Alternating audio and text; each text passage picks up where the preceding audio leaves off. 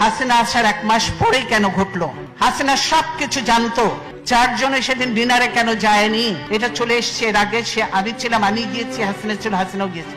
এইবার কেন হাসিনা গেল না? তারপরের দিন কেন ঘটনা ঘটলো? হাসিনা এবং মঈনুদ্দিন এটা জানতো এবং তারা এর জন্য দায়ী, এটা মানা যায় না। কাজেই হাসিনাকে একদিন জবাব দিতেই হবে। এটা 57 জন, হ্যাঁ আমি ক্ষতিগ্রস্ত হয়েছি, আমার ছেলেদের ইয়ে হয়েছে, তারপরেও আমি বলবো 57 জন ভালো ভালো অফিসার কিভাবে মারা হয়েছে তা চিন্তা করা যায় না। তাদের পরিবারদের সঙ্গে যে আচরণ করা হয়েছে সেটা চোখে দেখা যায় না। আমরা 57 জন অফিসারকে করে কাউকে পুড়িয়ে ফেলা হয়েছে, কাউকে গার্বেজের ভিতর দেওয়া হয়েছে, কাউকে।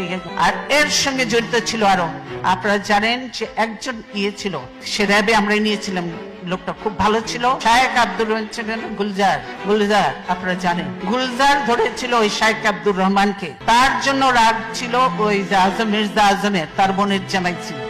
তার জন্য গুলজার সন্ধ্যা পর্যন্ত র্যাবকে, মঈনকে, অমুককে বারবার ফোন করেছে, হেল্প হেল্প হেল্প, সাহায্য চেয়েছে, কিন্তু কেউ এগিয়ে আসে। র্যাব আর্মি যে বসে আছে কিন্তু পারমিশন পাচ্ছে না, র্যাব ঢোকার পারমিশন পাচ্ছে না। পিলখানায় যদি তারা ঢুকতে পারতো, আমি মনে করি এরকম নয়, 2-1 জন মরতে পারতো, তো সব অফিসারকে আমরা বাঁচাতে পারতাম। দেশের এটা ছিল অ্যাসেট, আজকে দেশকে ধ্বংস করে দেওয়া হচ্ছে, আর্মিকে শেষ করে দেওয়া হচ্ছে। এর জন্য অবশ্যই তারপরে তদন্ত কমিটি করে তদন্ত থেকেও বাদ দেওয়া হয়েছে।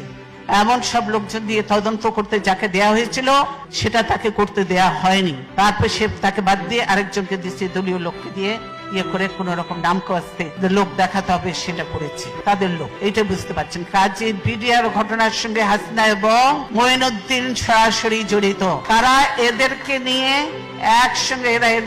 একসঙ্গে শেরাটন হোটেল থেকে খাওয়া এনে খেয়েছে। শুধু এই ঘটনা নয়, হাসিনা অনেক কিছুর সঙ্গে জড়িত।